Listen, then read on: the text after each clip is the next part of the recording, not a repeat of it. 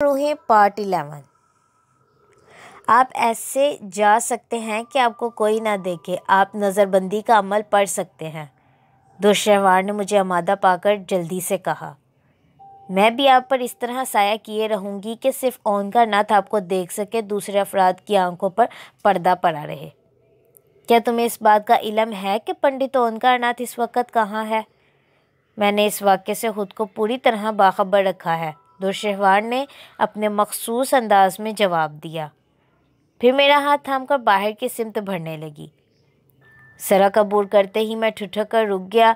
Police کی 3 گاڑیاں اکبر کے آفس کے سامنے پہنچ کر رک گئی تھیں۔ 40-50 پولیس والوں میں 3-4 افسر بھی تھے اور ان کی قیادت DIG کر رہا تھا۔ میں بگڑے ہوئے تیور سے پلٹا ہی تھا کہ دشوار نے کہا، نہیں، آپ کوئی مداخلت نہیں کیجیے گا۔ دوری یہ بدبخت لوگ اکبر کے کاروبار کو بھی تہس نہس کر دیں گے۔ میں نے غصے سے کہا تو دشوار تیزی سے بولی، مجھے معلوم ہے وہ کیوں آئے ہیں۔ یہ یہاں محض آپ کو گرفتار کرنے آئے ہیں۔ آپ کو موجود نہ پا کر خاموشی سے کسی اور طرف نکل جائیں گے۔ اکبر حسین یا ان کے کاروبار سے ان کو کوئی سروکار نہیں۔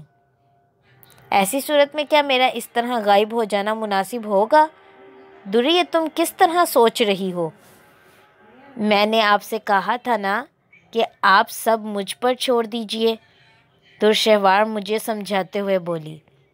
حالات کا تقاضا یہی ہے کہ آپ صبر و تحمل کا دامن ہاتھ سے نہ جانے دیں۔ دشوار کے کہنے پر میں نے اپنا ارادہ بدل دیا اور اس کے ساتھ قدم بڑھانے لگا۔ لوگوں کا ہجوم ہمارے دائیں بائیں سے گزر رہا تھا، لیکن کسی نے بھی ہماری طرف توجہ نہ دی تھی۔ اس کی وجہ صرف یہ تھی کہ دشوار نے بدستور میرا ہاتھ تھام رکھا تھا۔ وہ ایک عالم و فاضل جن کی لڑکی تھی، اس کے پاس خود بڑی فضیلتیں تھیں۔ میاں صاحب اس پر خاص شفقت فرماتے تھے۔ میں اس وقت اس کی راہبری میں تھا اور خود کو کسی قدر پرسکون اور آسودہ محسوس کر رہا تھا۔ میں اس کے قرب دل نشیں میں محو تھا۔ ہم مختلف سڑکوں سے گزرتے رہے۔ مجھے نہیں معلوم تھا کہ دشوار مجھے کہاں لے جا رہی ہے۔ کچھ دیر بعد جب ہم ایک پولیس اسٹیشن کے سامنے پہنچے تو میں چپ نہ رہ سکا۔ میں نے دشوار سے دریافت کیا، دوری، ہم کہاں آ گئے ہیں؟ پنڈت اونکار ناتھ راشد حسین اور ثمینہ کے ساتھ اس وقت پولیس کے تحفظ میں ہے۔ پولیس نے ان کا بیان لینے کے بعد انہیں اسی تھانے کے کمرے میں جگہ دے رکھی ہے۔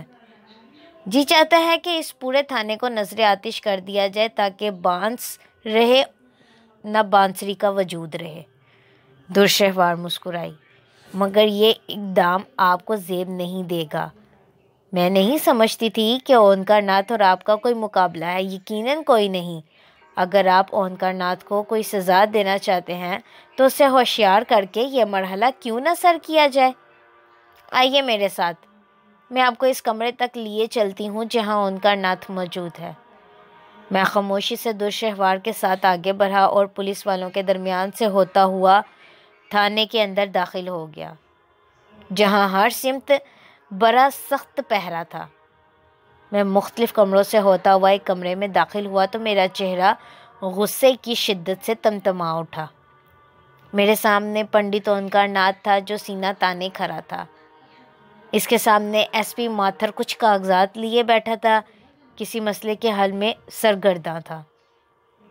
دشوار نے میرے تیور خراب ہوتے دیکھے تو سرگوشی کی، سنیے، خدا کے لیے آپ پرسکون رہنے کی کوشش کیجیے ورنہ سب کام خراب ہو جائے گا۔ میں نے دشوار کی بات کا جواب سر کی معمولی جنبش سے دیا، پھر غصے سے اونکار ناتھ اور SP ماتھر کو گھورنے لگا۔ کمرے میں چند ساتھ تک مکمل سکوت رہا، پھر اونکار ناتھ ہونٹ چباتا ہوا ماتھر سے بولا، مجھے صرف راشد حسین اور ثمینہ کی چنتا تھی ماتھر جی، ورنہ اب تک اس تماشا باز شخص کا کریا کرم کر چکا ہوتا، پرنتو اب تو تم نے ان دونوں کی رکشا کا وچن دیا ہے تو میں آرام کے ساتھ اس کا کریا کرم کر سکوں گا۔ مہاراج، میں راشد حسین اور اس کی لڑکی کا پورا دھیان رکھوں گا، لیکن کیا آپ میاں جی سے تنہا؟ ماتھر جی، اونکار ناتھ ایس پی کا جملہ اچک کر گڑایا۔ تم نے اس چھوکرے کو میرے سامنے میاں جی کہہ کر میرا ایمان خراب کرنے کی کوشش کی اور دوسرا میرا اپمان بھی کیا ہے۔ کیا تمہیں اپنے سادھو پنڈتوں اور اپنے دھرم پر وشواس نہیں رہا؟ ماتھر اونکار ناتھ کی بات سن کر گڑبڑا گیا، کرسی پر پہلو بدل کر بولا، میرا مطلب یہ نہیں تھا مہاراج، بلکہ میں یہ کہنا چاہ رہا تھا کہ جب پولیس میں آپ کے بے شمار سیوک موجود ہیں تو پھر آپ کیوں دشمنوں کے منہ لگتے ہیں؟ نہیں ماتھر، اونکار ناتھ گرجتے ہوئے بولا، شاہد علی نے براہ راست مجھے نقصان پہنچایا ہے، اس کا اپائے میرے سوا کوئی اور نہیں کر سکتا۔ ایک بات اور بھی دھیان میں رکھو، شاہد علی کوئی معمولی آدمی نہیں، بڑے میاں جی اسے 2-4 گر سکھا گئے ہیں جن کے ذریعے وہ چمتکار دکھاتا رہتا ہے، لیکن اتنا بھی نہیں کہ وہ بھگوان اور دیوی دیوتاؤں کی طرف سے دیے ہوئے میرے علم کو زیر کر سکے۔ یہ بہت مشکل ہے، میں نے اپنے پورے جیون کی تپسیا کے بعد کچھ حاصل کیا ہے، میں اسے اچھی طرح جانتا ہوں، اسے کسی بڑے مقام پر پہنچنے کے لیے اب بھی اور تپسیا کرنا ہوگی، پھر بھی وہ اونکار ناتھ سے آنکھ ملانے کی جرت نہ کر سکے گا۔ جیسی آپ کی مرضی مہاراج، ماتھر نے مجبور ہو کر جواب دیا۔ پھر اس نے اٹھ کر بڑے ادب سے اس مردم آزار پنڈت کو پرنام کیا اور اس کا آشیرواد لے کر کمرے سے نکل گیا۔ ماتھر کے جانے کے بعد اونکار ناتھ کچھ دیر تک کمرے میں بے چینی سے ادھر ادھر گھومتا رہا، پھر وہ ایک کرسی پر براجمان ہو گیا۔ اس کی نظروں میں تشویش اور الجھن کے تاثرات عیاں تھے۔ میں اس کے بالکل سامنے کھڑا تھا لیکن وہ مجھے دیکھنے سے قاصر تھا۔ پھر جیسے ہی درشوار نے میرا ہاتھ چھوڑا، اونکار ناتھ نے مجھے دیکھ لیا۔ وہ اس طرح اچھل کر کھڑا ہوا جیسے کسی زہریلے بچھو نے اسے ڈنک مار دیا ہو۔ وہ حیرت زدہ نظروں سے مجھے دیکھنے لگا۔ میں نے اس کی حیرتوں سے فائدہ اٹھاتے ہوئے کہا، گھبرا گئے ہیں اونکار ناتھ جی؟ مجھے معلوم ہے کہ آپ اس وقت یہاں میری آمد پر یقیناً ششدر ہوں گے، لیکن اگر آپ نے اس متبرک پہاڑی کی عظمت و حرمت کو محسوس کر لیا ہوتا تو شاید آپ کی یہ حالت نہ ہوتی۔ اونکار ناتھ نے بڑی جلدی خود پر قابو پا لیا۔ اس کی آنکھوں سے اب حیرت کی بجائے نفرت ٹپک رہی تھی۔ وہ اسی مغرور لہجے میں مخاطب ہوا جو اس کا تیرا امتیاز تھا، شاہد علی، میں تمہارا سواگت کرتا ہوں۔ تم یہ سوچ رہے ہو کہ میں تمہارے آنے سے حیرت زدہ ہوا ہوں تو یہ تمہاری بھول ہے۔ میرا خیال ہے یہ تم نے اچھا نہیں کیا۔ یہ کیوں نہیں سوچا کہ تم موت کے منہ میں چھلانگ لگا رہے ہو؟ کیا اب بھی ان باتوں کی کوئی اہمیت رہ گئی ہے اونکار ناتھ؟ میں نے تلخی سے کہا، میرا مشورہ ہے کہ ہم دونوں کا آپس میں نپٹ لینا چاہیے، اگرچہ بظاہر اس کی ضرورت نہیں، لیکن میں سمجھتا ہوں کہ تم کوئی فیصلہ کرنا چاہتے ہو تو پھر ٹھیک ہے، بہتر ہے یہ فیصلہ میرے اور تمہارے درمیان ہو جائے۔ بے گناہ انسانوں کو درمیان میں مت لاؤ۔ تم نے اکبر حسین پر وار کر کے کسی بلند ہمتی کا ثبوت نہیں دیا۔ کیا تم مجھے یہاں دھرم وید کا کوئی پاٹھ پڑھانے آئے ہو؟ اونکار ناتھ نے کرخت لہجے میں کہا۔ سنو میاں شاہد، اکبر کو میں نے کیول اس کارن اپنے بیروں کے ذریعے اٹھوایا ہے کہ تم اس بات پر ٹھنڈے دل سے وچار کر سکو کہ میرے منتر میں کتنی شکتی ہے۔ اس کے بعد تم اس نتیجے پر پہنچ سکو گے کہ تم نے کس کی طرف آنکھ اٹھا کر دیکھا ہے۔ تم بڑی باتیں کر رہے ہو، وقت کا انتظار کرو اونکار ناتھ، وقت تمہیں بتائے گا کہ تکبر اور غرور کا انجام کیا ہوتا ہے۔ میں نے پنڈت کو سمجھاتے ہوئے کہا، اکبر کی بازیابی میرے لیے ناممکن نہیں، مگر میں پہلے تم سے 2 باتیں کرنا ضروری سمجھتا تھا۔ میرے مذہب نے دوسروں پر ظلم کرنا نہیں سکھایا۔ میں چاہتا ہوں کہ تم براہ راست راہ راست پر آ جاؤ، یعنی سیدھے طریقے سے راہ راست پر آ جاؤ، نیک و بد کی تمیز کر سکو اور بلا وجہ اللہ کے بندوں سے الجھنے کی حماقت سے توبہ کر لو۔ اگر تم میری ہدایتوں پر عمل کرنے پر آمادہ ہو جاؤ تو مجھے اپنا بہترین رفیق پاؤ گے۔ تم یہ کیوں بھول رہے ہو کہ تمہارے درمیان کبھی روابط رہ چکے ہیں؟ میاں صاحب نے اچھی شکشا دی ہے تمہیں۔ اونکار ناتھ زہر خوند سے بولا، اگر تم شبد بازی چھوڑ کر بازاروں میں مجمع لگانا شروع کر دو تو خاصی دولت سمیٹ سکتے ہو۔ جو کچھ سہایتا مجھ سے ہو سکے گی میں بھی کرتا رہوں گا۔ تم صرف بیہودہ نہیں بلکہ بدزبان اور گستاخ بھی ہو اونکار ناتھ، میں نے قدرے برہمی سے کہا۔ ظلم کی رسی جب دراز ہو جائے تو پھر اس کا علاج فرض ہو جاتا ہے۔ تم شاید بھول رہے ہو شاہد علی کہ تم اس سمے کس کے سامنے کھڑے ہو۔ اونکار ناتھ کا لہجہ تضحیک امیز تھا۔ میں تم جیسے نادانوں پر توجہ نہیں دیتا، لیکن بچہ اگر بگڑ جائے تو اسے سیدھا کرنا ضروری ہوتا ہے۔ تم بڑی غلط فہمیوں کا شکار ہو پنڈت جی، میں نے اونکار ناتھ کو گھورتے ہوئے کہا۔ میں تم سے پھر درخواست کرتا ہوں، اسے آخری موقع سمجھو۔ اگر سدھر سکو تو ٹھیک، ورنہ کیا ہو سکتا ہے تم نہیں جانتے۔ اپنے بارے میں تمہارا کیا خیال ہے؟ کیا تمہیں اس بات کا وشواس ہے کہ تم یہاں سے زندہ بچ سکو گے؟ مومن موت سے کبھی نہیں ڈرتا اونکار ناتھ، لیکن مجھے یقین ہے کہ میری موت کم از کم تمہارے جیسے پاپی کے ہاتھوں پر نہیں ہوگی یا ہاتھوں سے نہیں ہوگی، میں نے اس بار سرد لہجے میں کہا۔ البتہ میں یہ ضرور سوچ رہا ہوں کہ کہیں تمہاری گستاخی اور چرب زبانی مجھے تمہیں کچھ سمجھانے پر مجبور نہ کر دے۔ اچھا، تم بہت بھر کر باتیں کر رہے ہو شاہد علی، اونکار ناتھ تیوری پر بل ڈال کر بولا۔ کیا دنیا سے تمہارا دل بالکل ہی اچٹ گیا ہے چھوٹے میاں صاحب؟ محمل باتوں میں وقت مت ضائع کرو اونکار ناتھ، میں نے فیصلہ کن لہجے میں کہا۔ میں تم سے صرف یہ کہنے آیا ہوں کہ اکبر کو میرے حوالے کر دو اور مجھ سے وعدہ کرو کہ آئندہ تم کبھی میرے معاملات میں دخل انداز ہونے کی کوشش نہیں کرو گے۔ اگر میں تمہاری باتیں ماننے سے انکار کر دوں تو، اونکار ناتھ نے مسکراتے ہوئے کہا، تو مجھے غصہ آ گیا۔ قریب تھا کہ میں اس پر کوئی وار کر بیٹھتا کہ دشہوار نے جو میرے ساتھ ہی موجود تھی جلدی سے کہا، نہیں، خدا کے لیے صبر سے کام لیجئے، اس تھانے پر کچھ مسلمان افسر بھی تعینات ہے۔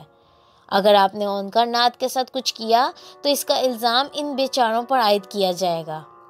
حالات قابو میں آنے کی بجائے اور خطرناک صورت اختیار کر لیں گے۔ پولیس کے درمیان میں فرقہ وارانہ فساد شروع ہو جائے گا۔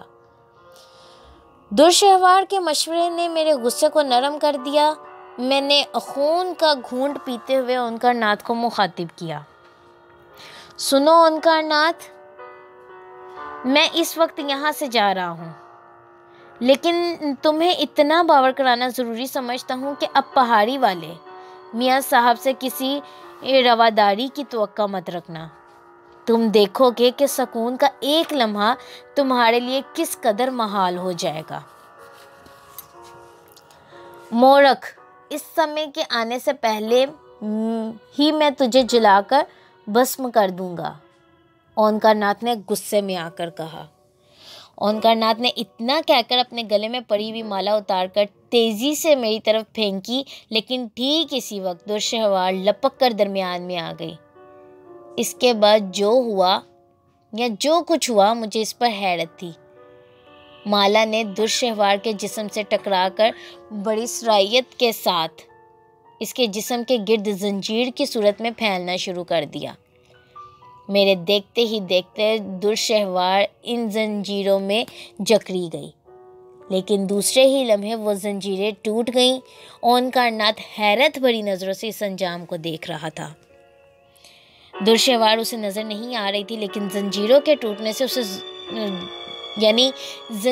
ٹوٹنے نے اسے ضرور بوکھلا دیا تھا۔ اسے یقیناً اپنے منتر کے اس عجیب و غریب توڑ کی امید نہ تھی۔ میں کچھ کہنے کا ارادہ کر ہی رہا تھا کہ درشہوار نے لپک کر میرا ہاتھ تھام لیا اور بڑی لجاجت سے بولی، اس وقت کسی جوابی کارروائی سے کوئی نتیجہ برآمد نہیں ہوگا۔ درشہوار نے میرا ہاتھ تھاما تھا کہ پھر اونکارناتھ کی نظروں سے اوجھل ہو گیا۔ وہ اس بات پر اور بوکھلا اٹھا اور آنکھیں پھاڑ پھاڑ کر ادھر ادھر دیکھنا شروع کر دیا۔ میں درشہوار کے مجبور کرنے پر اس کے ساتھ قدم اٹھاتا تھانے سے باہر آ گیا، جہاں سنگین بردار پولیس والے تعینات تھے۔ بہت دیر تک میرے اور درشہوار کے درمیان کوئی گفتگو نہیں ہوئی۔ پھر جب ہم تھانے سے خاصی دور ایک غیر آباد علاقے کی طرف نکل آئے تو میں نے درشہوار سے کہا، دوری، تم نے مجھے بڑے سخت امتحان میں مبتلا کیا ہے۔ تم نے مجھے منع کر کے اچھا نہیں کیا۔ اونکارناتھ کے طرز عمل پر مجھے اس کی سرزنش ضرور کرنا چاہیے تھی۔ مجھے اس کا احساس ہے، درشہوار نے بڑی اپنائیت سے کہا۔ پھر وہ بڑے سلجھے ہوئے انداز میں بولی، آئیے، اس وقت آپ میرے ساتھ شہر سے دور ایک ویرانے میں چلیے۔ آپ کو سکون کی ضرورت ہے۔ وہاں برسوں سے ایک غیر آباد مسجد آپ کی منتظر ہے۔ وہاں آپ اطمینان سے آئندہ اقدام اور اکبر کی بازیابی کے متعلق سوچ سکتے ہیں۔ اس نے مجھ سے ویرانے میں چلنے کی درخواست کی تو میں نے سوچے سمجھے بغیر آمادگی ظاہر کر دی۔ میں اپنے خیالات میں مستغرق اس کے ہمراہ قدم بڑھاتا رہا۔ میں اب کچھ کھویا ہوا تھا کہ راستے کی دوری اور ماحول سے بالکل بے نیاز تھا۔ درشہوار کے دوبارہ ہم کلام ہونے پر جب میں چونکا تو دیکھا میں اس وقت ایک ویرانے میں ایک بوسیدہ مسجد کے دروازے کے سامنے کھڑا ہوں۔ دور دور تک آبادی کا نام و نشان نہ تھا۔ یہ جگہ مجھے بے حد پسند آئی۔ میں تنہائیوں اور ویرانیوں کا عادی تھا۔ وہاں جا کر میں نے خدا کا نام لیا اور درشہوار کے ساتھ مسجد کے اندر داخل ہو گیا، جہاں ہر سو تاریکی مسلط تھی۔ مان اس اندھیرے میں اجالا پھیلا تو میں نے دیکھا کہ درشہوار ایک طاق کے قریب کھڑی مومی شمع روشن کر رہی ہے۔ وہ شمع وہاں پہلے سے موجود تھی یا ممکن ہے درشہوار نے اس کا بندوبست کیا ہو۔ روشنی میں مسجد کا اندرونی حصہ نظر آیا تو مجھے بڑا تعجب ہوا۔ وہ جگہ صاف ستھری تھی اور فرش پر ایک اجلی دری اور گاؤ تکیہ موجود تھا۔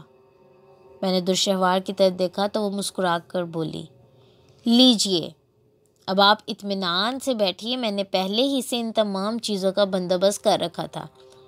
آپ کو یہاں کسی قسم کی تکلیف نہیں ہوگی۔ آپ جس چیز کی خواہش کریں گے وہ پیش کر دی جائے گی۔ میں جانتا ہوں دوری کہ تم کیا کچھ کر سکتی ہو، لیکن ہمیں سکون سے بیٹھنے کی بجائے اکبر کی طرف توجہ دینا چاہیے۔ کیا تم جانتی ہو کہ اکبر حسین کو اونکارناتھ کے بیروں نے کہاں مقید کیا ہے؟ میں اپنی پہلی فرصت میں اپنے عزیز دوست کو اس اذیت سے نجات دلانے کا خواہش مند ہوں۔ درشہوار میری بات سن کر سنجیدہ ہو گئی۔ پھر کوئی جواب دیے بغیر ہی وہ آن واحد میں میری نظروں سے غائب ہو گئی۔ اس خیال سے کہ وہ اکبر کا پتہ لگانے کی غرض سے گئی ہے، میں آگے بڑھ کر دری پر بیٹھ گیا جس پر ایک اجلی چاندی کا فرش تھا، اور میں نے سجدے کی حالت میں خود کو زمین پر گرا دیا۔ میرا اندازہ غلط نہیں تھا۔ درشہوار جلد ہی واپس آ گئی۔ پھر قبل اس کے کہ میں اس سے کوئی سوال کرتا اس نے خود ہی پہل کر دی۔ آپ کا دوست اس وقت بھوٹان کی پہاڑیوں میں ایک غار میں قید ہے، جہاں اونکارناتھ کے بیر اس کی نگرانی کر رہے ہیں۔ اونکارناتھ نے وہاں بڑی سخت ناکہ بندی کر دی ہے۔ اس غار کے ارد گرد حصار کھینچ دیا گیا ہے تاکہ دوسری طاقتیں اس کی مدد نہ کر سکیں۔ مجھے خدا کی ذات پر کامل بھروسہ ہے دوری، میں اپنے اکبر کو ضرور ان پریشانیوں سے نجات دلاؤں گا۔ درشہوار کی زبانی اکبر کے بارے میں تفصیلات معلوم ہو جانے کے بعد میں نے اٹھ کر تیمم کیا، پھر اس مسلح پر آ بیٹھا جو فرش پر ایک جانب موجود تھا۔ قبل اس کے کہ میں اپنا وظیفہ شروع کرتا، درشہوار نے قریب آ کر کہا، خدا آپ کو آپ کے ارادوں میں کامیاب کرے، لیکن اگر میری کوئی ضرورت محسوس ہو تو مجھے آواز دے لیجیے گا۔ میں نے درشہوار کے چہرے کو دیکھا تو اس کی آنکھوں سے اضطراب جھلک رہا تھا۔ وہ مجھے کچھ پریشان نظر آ رہی تھی۔ مجھے یوں محسوس ہوا جیسے وہ مجھے یہ بتانا چاہتی ہو کہ اکبر کی بازیابی کے سلسلے میں میرا ٹکراؤ سفلی عمل کے گندے اور خطرناک بیڑوں سے ہونے والا ہے۔ ایک لمحے تک دشوار کے چہرے پر پھیلی سنجیدگی کو پڑھتا رہا، پھر میں نے اپنا منہ قبلے کی سمت کیا اور میاں صاحب کا ودیعت کیا ہوا ایک جلالی وظیفہ شروع کر دیا۔ میں خود سے بے نیاز ہو گیا اور مجھے ایسا محسوس ہوا جیسے میرا تعلق کسی دوسری دنیا سے ہو۔ 3 روز تک متواتر شب و روز میں اس وظیفے کو پڑھتا رہا۔ چوتھے روز میں اپنے وظیفے کو پڑھنے میں مشغول تھا کہ اچانک میری نظروں کے سامنے سے درمیانی رکاوٹیں ہٹنے لگی اور پھر میں نے اس مقام کو پا لیا جہاں اکبر قید تھا۔ میں نے دیکھا کہ ایک تنگ و تریک غار میں وہ بڑی بے بسی کی حالت سے 2 چار پڑا ہے۔ اس کے ہاتھ اور پاؤں رسیوں سے جکڑے ہوئے ہیں۔ غار کے دہانے پر مکروہ صورت اور ہیبت ناک دیو صفت افراد موجود تھے۔ یہاں وہ مکروہ اور گندے بیر تھے جنہیں اونکار ناتھ نے تعینات کیا تھا۔ اکبر کو اس بے چارگی کے عالم میں دیکھ کر مجھ پر عالم وحشت طاری ہو گیا۔ میں نے بہت آہستہ سے آواز دی، میرے دوست، میں تمہارے پاس موجود ہوں، کیا تم سن رہے ہو؟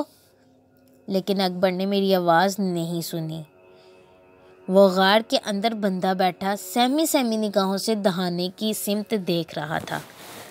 میں نے اسی عالم محوت میں آگے بڑھ کر اکبر کے قریب جانا چاہا تو اچانک مجھے ایسا محسوس ہوا جیسے کسی نے میرا بازو پکڑ کے مجھے روک لیا ہو۔ میں نے اس مداخلت پر غصے کی حالت میں گھوم کر دیکھا تو ایک سفید ریش بزرگ کو اپنے قریب پایا جو سر تا پا سفید لباس میں ملبوس تھا اور اس کے چہرے سے نور برس رہا تھا۔ میں نے ان برگزیدہ بزرگ سے مداخلت کا سبب دریافت کرنا چاہا، مگر پیشتر اس کے کہ میں کچھ کہتا، بزرگ نے مجھے مخاطب کر کے کہا، شاہد میاں، جلد بازی سے کام مت لو۔ اگر تم نے آگے بڑھنے کی کوشش کی تو ایک پیچیدہ شیطانی جال میں پھنس جاؤ گے، لیکن میں اپنے دوست کو ہر قیمت پر نجات دلانے کا فیصلہ کر چکا ہوں۔ میں نے اعتماد سے جواب دیا، یہ گندی اور ناپاک روحیں میری راہ میں حائل نہیں ہو سکتی۔ مقابلے اور جنگ و جدل کے معاملات میں طاقت کے ساتھ عقل اور دانش کا استعمال بھی ضروری ہے۔ بزرگ نے بڑی نرم آواز میں سمجھاتے ہوئے کہا، تم یہیں رکو، میں آگے جا کر تمہارے دوست کو اس قید سے رہائی دلاتا ہوں۔ کیوں؟ کیا میں بذات خود یہ کام سر انجام نہیں دے سکتا؟ کیا میں نے چوڑیاں پہن رکھی ہیں؟ اس بار میں نے قدرے برہمی سے بزرگ کو مخاطب کیا تو ان کی کشادہ اور نورانی پیشانی ایک ثانیے کے لیے شکن آلود ہو گئی۔ ان کی نگاہوں سے جلال ٹپکنے لگا، لیکن دوسرے ہی لمحے وہ پرسکون نظر آنے لگے۔ انہوں نے اپنا نرم و نازک ہاتھ جو روئی کے گولے کی طرح تھا میرے شانے پر رکھا اور میری آنکھوں میں آنکھیں ڈال کر بولے، شاہد میاں، بڑے میاں صاحب نے تمہیں علم و فضیلت کے جوہروں سے آراستہ کیا ہے۔ تمہیں خدائے بزرگ و برتر کا شکر گزار ہونا چاہیے کہ میاں صاحب نے دنیا سے پردہ کرنے کے باوجود ابھی تک تمہارے اوپر اپنے الطافات کا سایہ کیا ہوا ہے۔ اگر ایسا نہ ہوتا تو بزرگ نے اپنا جملہ نامکمل چھوڑ دیا تو میں نے اصرار کیا کہ وہ کیا کہنا چاہتے ہیں۔ بزرگ کے لہجے نے مجھے خاصا متاثر کر دیا تھا۔ میں نے کہا، حضرت، آپ کچھ کہتے کہتے رک کیوں گئے؟ ظلمت اور نور کو پہچاننے کی قدرت پیدا کرو شاہد میاں۔ جو باتیں بین السطور میں ہیں انہیں سمجھنے کی کوشش کرو، تفصیلات میں نہ جاؤ، یہ سب بیکار باتیں ہیں، مجھے سے زیادہ بتانے کا حکم نہیں۔ کیا میں دریافت کر سکتا ہوں قبلہ کہ آپ کون ہیں؟ میں نے تمام تر انکسار سے پوچھا تو سفید ریش بزرگ نے مسکرا کر جواب دیا، یوں سمجھو کہ میں اس آستانے کا ایک خادم ہوں جو بڑے میاں صاحب کی فضیلت سے موسوم ہے، اور یوں سمجھو کہ مجھے تمہاری راہبری اور مدد کے لیے حکم دیا گیا ہے۔ اکبر حسین اس تمام معاملے میں بے قصور ہے، اس لیے اس کی مدد کرنا میرے اوپر فرض ہے۔ بزرگ نے اتنا کہہ کر ایک بار پھر میرے شانے کو بڑی شفقت کے ساتھ تھپ تھپایا، پھر اس غار کی طرف دبدبے کے ساتھ قدم بڑھانے لگا جس میں میرا عزیز دوست قید تھا۔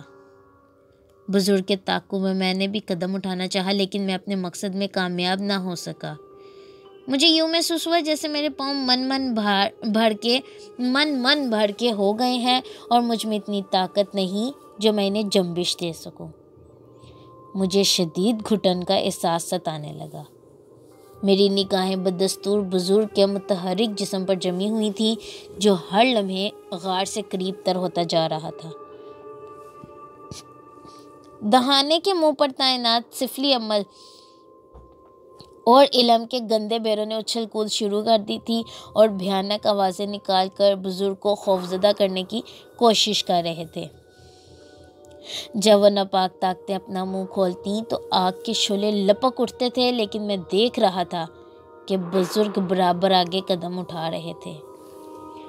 غار کے قریب پہنچ کر بزرگ نے بلند آواز میں سورہ یاسین پڑھنی شروع کر دی۔ اس کے بعد جو کچھ ہوا وہ میرے لیے بہت حیرت انگیز تھا۔ غار میں عجیب و غریب قسم کی آوازیں نمودار ہوئیں، جیسے کوئی بیان کر رہا ہو، جیسے ایک خونی معرکہ برپا ہو اور چیخوں سے کان پری آواز نہ سنائی دے رہی ہو۔ یہ بے ہنگم اور بے ربط آوازیں بہت دردناک تھیں۔ میں نے دیکھا کہ بزرگ بلند آواز میں سورہ یاسین پڑھتے ہوئے غار کے اندر اترے اور اکبر کو رسیوں کی قید سے آزاد کر کے اپنے ساتھ باہر نکال لائے اور میرے قریب آ کر بولے، جو تم چاہتے تھے وہ پورا ہو گیا، یہ دیکھو تمہارا دوست تمہارے پاس موجود ہے۔ اے بلند مرتبت بزرگ، میں آپ کا شکر گزار ہوں۔ میں نے بزرگ کو بڑی عقیدت مندانہ نظروں سے دیکھتے ہوئے کہا، پھر دبی آواز میں کہا، کیا اب آپ اپنے تاروں سے مجھے سرفراز نہیں کریں گے؟ کیا ضرورت ہے؟ اعمال سارے سے بصیرت پیدا ہوتی ہے شاہد میاں، بزرگ نے آہستگی سے جواب دیا۔ جو حق کے امین ہیں وہ ان رسمی باتوں سے بے نیاز ہوتے ہیں کہ کون ہے، کون کیا ہے۔ جو فیصلے خدا پر چھوڑ دیے جائیں وہ ان کا فیصلہ ضرور کرتا ہے۔ جنہوں نے سچائیوں کو چھوڑ دیا اور جو حق کے راستے سے بھٹک گئے، انہوں نے اپنے لیے کانٹے بوئے۔ کیا تم نے میری باتیں غور سے سنی؟ میں نے بزرگ کی طرف وضاحت طلب نظروں سے دیکھا۔ شاہد میاں، میں تمہیں بتا چکا ہوں، میرے بڑے میاں صاحب کے حکم پر میں تمہاری مدد کرنے کے لیے آیا تھا۔ جو تم چاہتے تھے وہ ہو گیا۔ اب میں جا رہا ہوں، لیکن جاتے جاتے تم سے ایک بات کہنے کو جی چاہتا ہے کہ جو درخت آندھیوں سے گر جاتے ہیں، ان کی جڑیں یا تو پائیدار نہیں ہوتی یا کھوکھلی ہوتی ہیں۔ قبلہ آپ کس سمت اشارہ فرما رہے ہیں؟ میری سمجھ میں کچھ آ رہا ہے، کیا میں جو کچھ سمجھ رہا ہوں وہ صحیح ہے؟ میں نے الجھے ہوئے لہجے میں کہا تو بزرگ کے چہرے پر گہری سنجیدگی طاری ہو گئی۔ عجیب سی نظروں سے دیکھتے ہوئے گویا ہوا، میری دعا ہے کہ خدا تمہیں نیک ہدایت دے۔ میں نہیں سمجھ سکا کہ وہ بزرگ کون تھے، مگر مجھے یقین تھا یہ اس وظیفے کا ثمر ہے جو میں نے 3 دن پڑھا تھا، اور قبل اس کے کہ میں کچھ اور کہتا، بزرگ اچانک تاریکی کا ایک حصہ بن کر میری نگاہوں سے اوجھل ہو گئے۔ دوسرے ہی لمحے میں نے چونک کر آنکھیں کھولیں تو خود کو اسی شکستہ در و دیوار کی مسجد کے اندر پایا جہاں چراغ کی مدھم روشنی سے اندھیرے کا وجود کانپ رہا تھا۔ ہوش میں آتے ہی مجھے خیال آیا کہ میں کہاں گیا تھا، پھر یقیناً اکبر بھی میرے ساتھ ہوگا۔ میرا گمان درست نکلا۔ اکبر میرے قریب ہی فرش پر بے ہوش پڑا تھا اور درشہوار اس کے بائیں طرف کھڑی مجھے حیرت انگیز نظروں سے دیکھ رہی تھی۔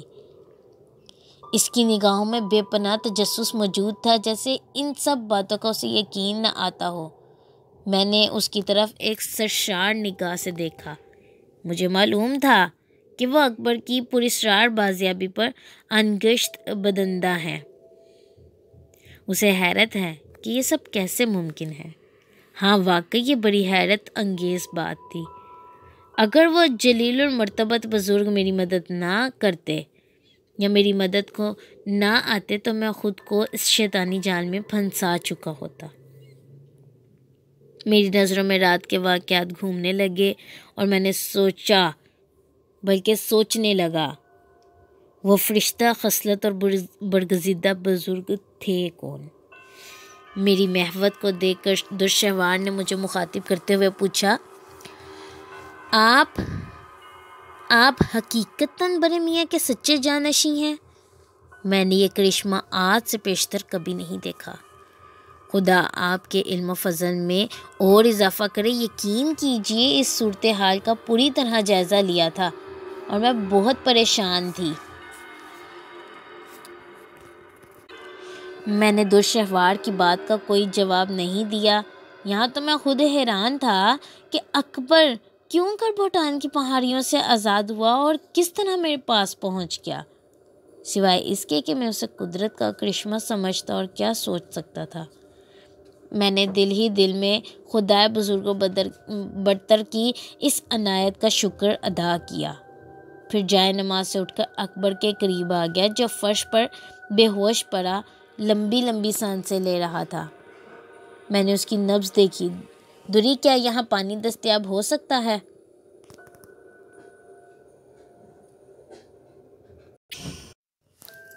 غلام روحیں پارٹ